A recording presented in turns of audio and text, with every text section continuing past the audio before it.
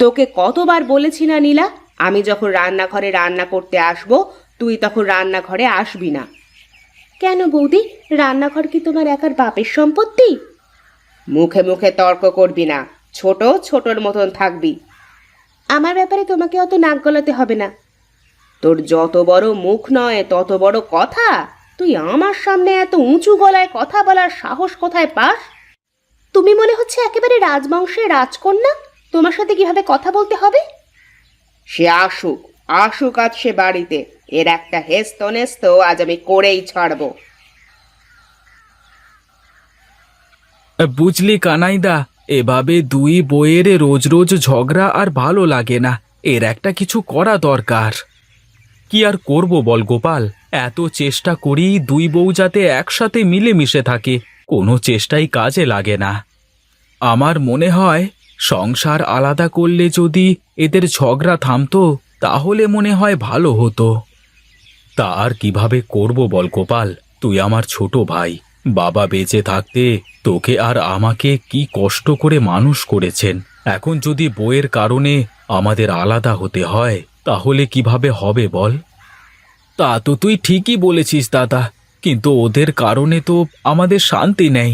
মায়েরও তো অনেক বয়স হয়ে গেছে, তিনিও এই বয়সে এসে আর এসব সহ্য করতে পারছেন না।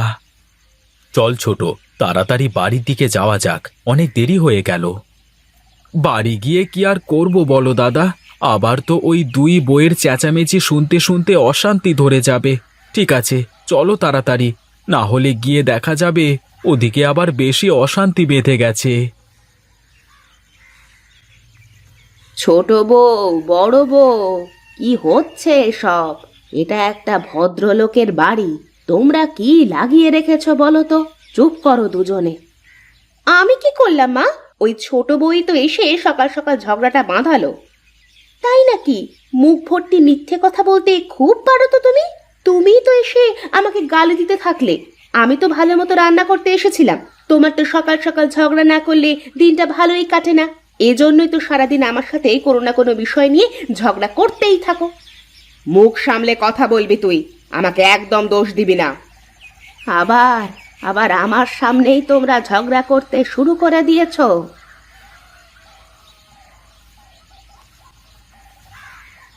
কি হয়েছে মা, এত চেঁচামেচি কিসের? দেখতে পাচ্ছিস না তোদের দুই বউ কি লাগিয়ে রেখেছে? এদেরকে নিয়ে আর পারা যায় না। যতদিন থেকে এই দুই বউ আমাদের বাড়িতে এসেছে ততদিন আমাদের জীবনে আর শান্তি নেই। আর পারা গেল না দাদা, এবার এদেরকে আলাদা করতেই হবে, না হলে দেখবে কবে কি একটা বিপদ বাঁধিয়ে দেবে। ঠিকই বলেছিস গোপাল, এদেরকে আজ থেকেই আলাদা রান্নাঘরে রান্না করাতে হবে, নইলে এদের অশান্তি কখনো থামবে না। কেন রে বাবা, তোরা আলাদা খাবি কেন? দেখছো না মা, তোমার দুই বইয়ের কীর্তি, এরা যখন আলাদা খাবে তখন আলাদাই খাক, সেটাই ভালো হবে। তোরা যা ভালো বুঝিস তাই কর। আলাদা বললেই তো আর হয় না, আলাদা করতে হলেও তো ঝামেলা শেষ হচ্ছে না। কেন, কি হয়েছে আবার? তোমাদেরকে আলাদা করে দিলাম, তারপরও তোমাদের ঝামেলা মিটছে না? তা কিভাবে মেটে? তোমার মা রয়েছে না, সে কোন দিকে খাবে তার কোনো ব্যবস্থা করলে না তো, তার ঝামেলাটা কিভাবে মিটবে শুনি? না বাবা না, আমি কিন্তু একা কোনো দায়িত্ব নিতে পারবো না, এই আমি আগেই বলে রাখলাম। আমি তোমাদের দেখে অবাক হয়ে যাই, আমার একটাই মাত্র মা, তাও তোমাদের এত সমস্যা। আচ্ছা ঠিক আছে, মা একদিন আমার কাছে খাবে আর একদিন গোপালের কাছে খাবে, তাহলে তো আর তোমাদের কোনো সমস্যা নেই। হ্যাঁ ঠিক আছে ঠিক আছে, এত জ্বালা আর পারা যায় না, আমার অনেক কাজ আছে, আমি গেলাম। হ্যাঁ যাই যাই, আমার ঘরেও অনেক কাজ পড়ে আছে, এসব আর ভালো লাগে না।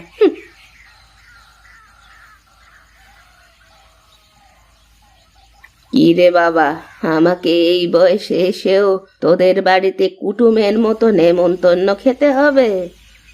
কি আর করব মা, দেখতেই তো পাচ্ছ তোমার দুই বৌমাকে, তারা নিজেদের মধ্যে সব সময় কি লাগিয়ে রেখেছে।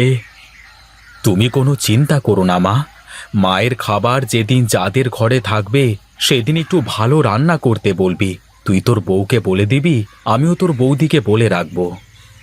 ঠিক আছে দাদা, আমি তাহলে বাজারে যাই। আজকে তাহলে আমাদের এখানেই খাবে মা। ঠিক আছে, যা তাহলে।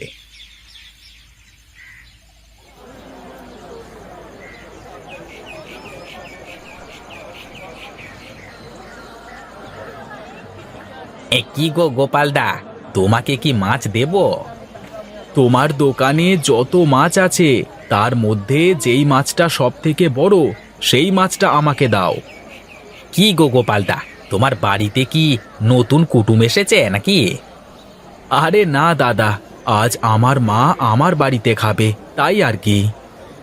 আচ্ছা আচ্ছা, ঠিক আছে ঠিক আছে, এই নাও তোমার মাছ। কত হলো দাদা? এই মাত্র 100 টাকা। এই নাও।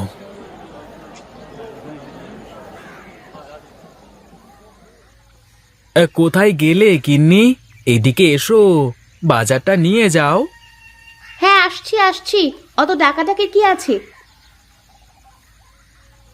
ওরে বাবা, এ কত বড় মাছ! কি গো, আজ এত বড় মাছ কিনলে যে? আজকে মা আমাদের এখানেই খাবেন, তাই বাজারের সব থেকে বড় মাছটি আমি কিনে আনলাম। ঢং দেখে আর বাঁচি না। আমার মা আসলে তো পুঁটি মাছ ছাড়া কিনো না, আর আজ কিনা ওনার মা খাবে বলে বাজারের বড় মাছটা এনেছো। অত কথা বলো না তো গিন্নি, ভালোভাবে মাছটা কোটো, সন্ধ্যার আগে রান্না শেষ করবে। হ্যাঁ, করছি করছি, আর বলতে হবে না। ওনার মা ভাত খাবে, আর যত জ্বালা আমার, আর বাঁচা যায় না।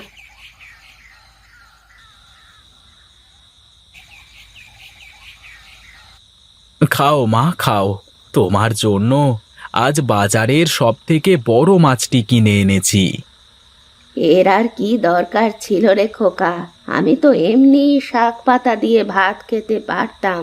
শুধু শুধু এতগুলো টাকা খরচ করার কি দরকার বাবা?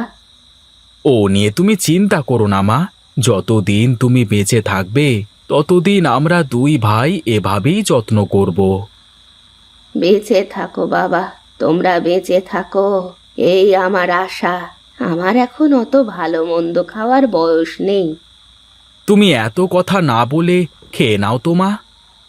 আমার খাওয়া শেষ বাবা, আমি এখন উঠি, খুব ঘুম পাচ্ছে, গিয়ে ঘুমাই গিয়ে। আচ্ছা ঠিক আছে মা, যাও তাহলে।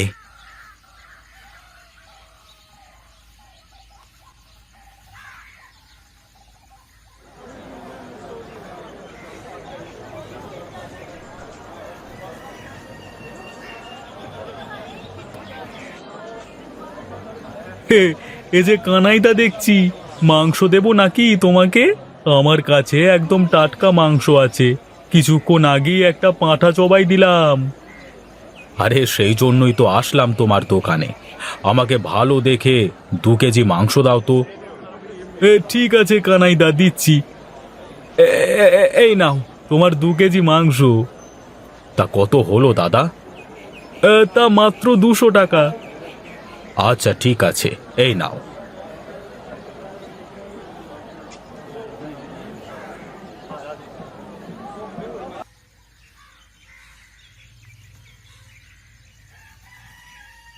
গিন্নি, কোথায় গেলে গো? বাজারটা ধরো।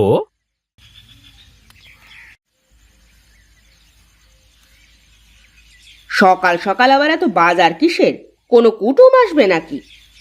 কুটুম কেন আসতে যাবে? মায়েরা আজ আমাদের এখানে খাওয়া, তোমার খেয়াল নেই? অত আমার খোঁজ রেখে লাভ নেই, কি করতে হবে তাই বলো। হেই নাও, এই ব্যাগে 2 কেজি মাংস আছে, ভালোভাবে কষিয়ে রান্না করো তো। আমার মা ছাগলের মাংস খুব পছন্দ করেন, তাই তো আনলাম। তোমাদের দুই ভাইয়ের ঢং দেখে আর বাঁচি না। মনে হচ্ছে কোনো এক রাজরানী বাড়িতে এসেছে, তাকে প্রতিদিন এভাবে নেমন্তন্ন করে খাওয়ানোর কি আছেটা শুনি। ও তুমি বুঝবে না, যাও যাও, তাড়াতাড়ি গিয়ে রান্নাটা সেরে ফেলো দেখি। হ্যাঁ হ্যাঁ, যাচ্ছি। তোমার সাথে মুখ নেড়ে আমার আর কোনো লাভ নেই। তোমরা যত চেষ্টাই করো দুই বউ, আমার মাকে কখনোই তোমরা কষ্টে রাখতে পারবে না। আমরা দুই ভাই যতদিন বেঁচে আছি। খেয়ে নাও মা, তোমার জন্য বাজার থেকে টাটকা ছাগলের মাংস এনেছি। তুমি পছন্দ করো তো, তাই আনলাম। কি দরকার রে কানাই, শুধু শুধু আমার জন্য তোরা এতগুলো টাকা নষ্ট করছিস। টাকাগুলো অন্য কাজে ব্যবহার তো করতে পারতিস। কি যে বলো মা, তোমার পেছনে ছাড়া আর কার পেছনে টাকা খরচ করব বলো তো? কথা না বাড়িয়ে খেয়ে নাও তো মা। ঠিক আছে বাবা, খেয়ে নিচ্ছি, তুইও খেয়ে নে বাবা। হ্যাঁ, আমি খেয়ে নেব মা, তোমার অত চিন্তা করা লাগবে না, তুমি তৃপ্তি করে খাও।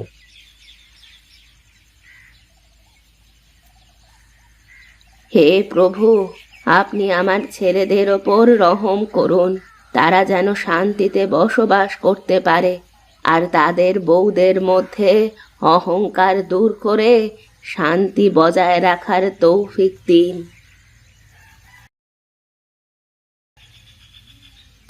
মা, আমি সেই কখন তোমার জামাইকে পাঠিয়েছি বাজারে বাজার করতে, এখনো ফেরার কোনো নামগন্ধ নেই। কি যে করছে কে জানে।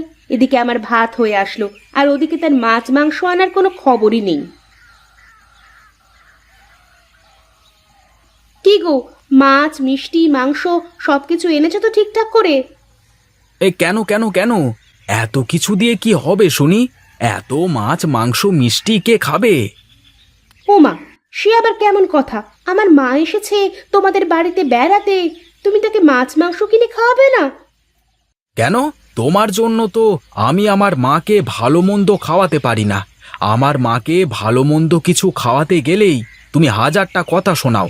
এখন তোমার মাকে কেন আমি ভালো মন্দ খাওয়াবো?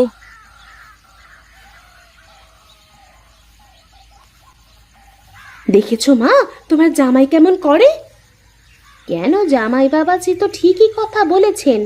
আমি তো তোকে এমন শিক্ষা দিয়েছি, তোকে বলেছিলাম না শাশুড়ি মায়েরা মেয়েদের আসল মা, আর তুই কিনা সেই শাশুড়ির সাথে খারাপ ব্যবহার করিস। আসলেই মা, আমার অনেক বড় ভুল হয়ে গেছে, আমাকে তুমি মাফ করে দাও। আমি তোকে মাফ কিভাবে করবো রে? যদি তোর সত্যিই মাফ চাওয়ার ইচ্ছে থাকে, তাহলে গিয়ে তোর শাশুড়ি মায়ের কাছে মাফ চা। হ্যাঁ মা, আমি গিয়ে আমার শাশুড়ি মায়ের কাছে মাফ চাইব। মা, আমার বড় ভুল হয়ে গেছে। এতদিন ধরে আমি আপনার সাথে অনেক খারাপ ব্যবহার করে এসেছি, আমাকে আপনি মাফ করে দেন মা। হ্যাঁ মা, আমরা এখন থেকে মিলেমিশে থাকবো, আর কোনো ঝগড়াঝাটি করব না। আর এখন থেকে আমরা একসাথে থাকবো। আমাদের আপনি মাফ করে দিন মা, আমরা আমাদের ভুল বুঝতে পেরেছি। আপনারাও আমাদের মাপ করে দেবেন।